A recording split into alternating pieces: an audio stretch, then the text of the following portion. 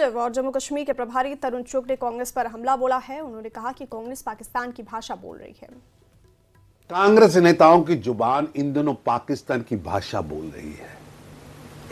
अब पूरा देश एकजुट होकर ऑपरेशन सिंदूर के जरिए पाकिस्तान प्रायोजित आतंकवाद की कमर तोड़ रहा है।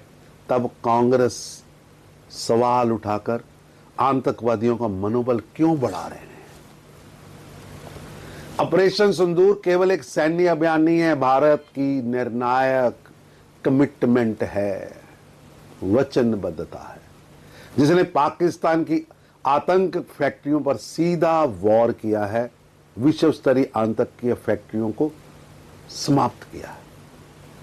कांग्रेस को तय करना होगा वो भारत के साथ है या उन ताकतों के साथ जो भारत की सरजमीन पर खून बहाने की साजिश रचते हैं।